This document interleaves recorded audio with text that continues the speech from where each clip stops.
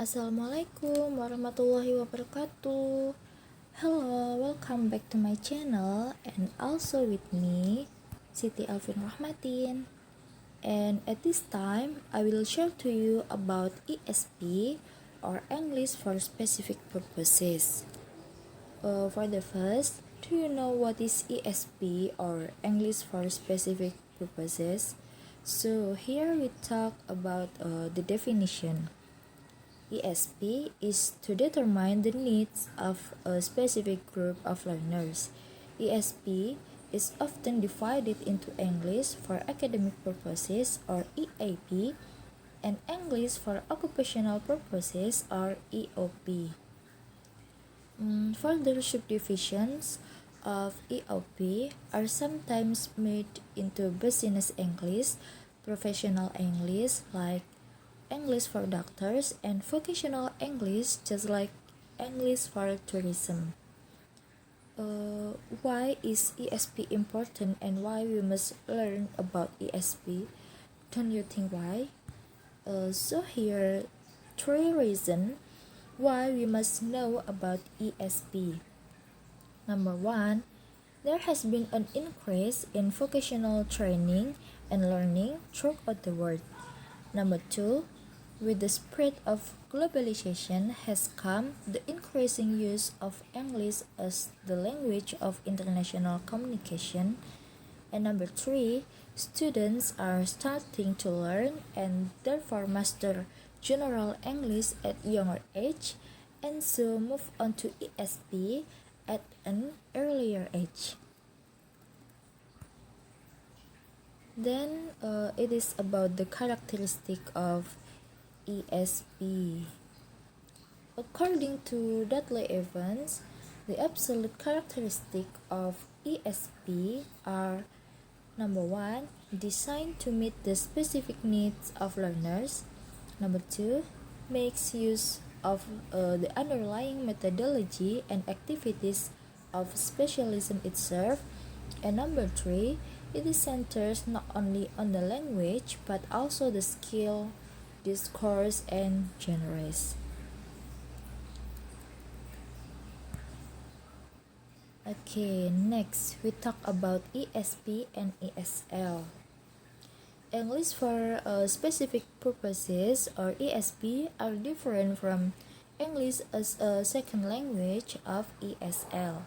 In ESP, students are usually adults who already have some acquaintance with English and are learning the language in order to communicate a set of professional skills and to perform a particular job related to the function.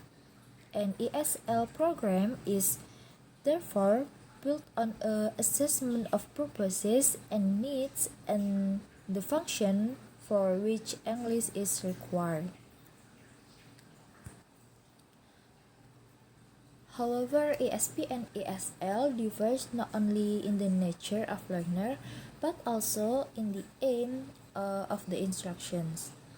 In fact, as a general rule, ESP it is need analysis that determines which language skill are most needed by student and the syllabus is designed accordingly, while in the ESL there are four language skills that is listening, reading, speaking, and writing are stressed equally.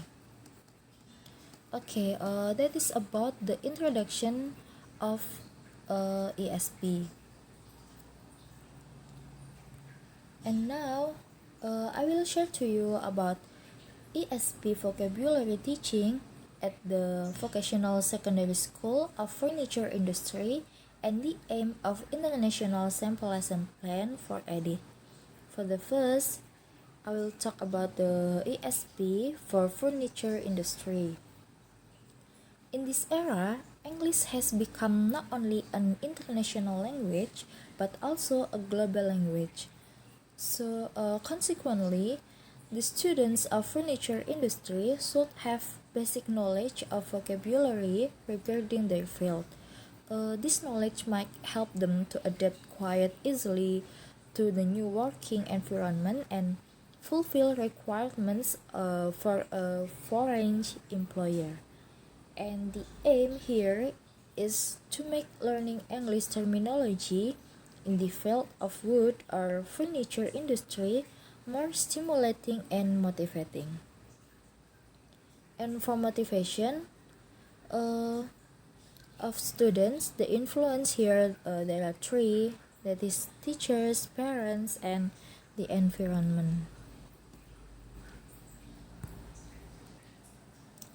Okay, the next is teaching method and the goals. There are teaching methods for ESP and furniture industry. Teachers can use some methods such as GTM, direct method, audiolingual method, task-based learning, Suggestopedia, vocabulary teaching, and etc. And for the goals, students of learning English in furniture industry is requiring English for practical use in technical field who have pre-intermediate knowledge of general English, which means that the student can communicate with the English language as well.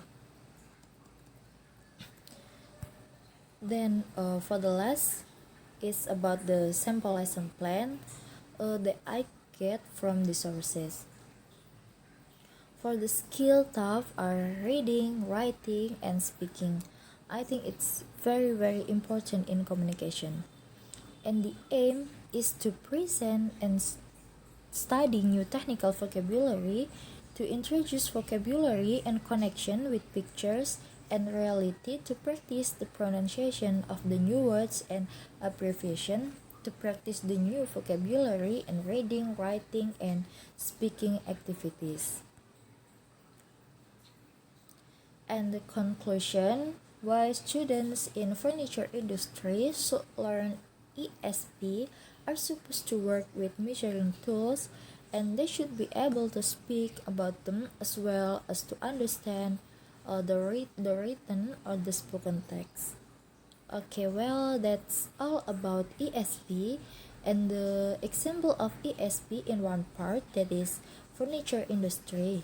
So stay tuned for more, and thanks for your watching.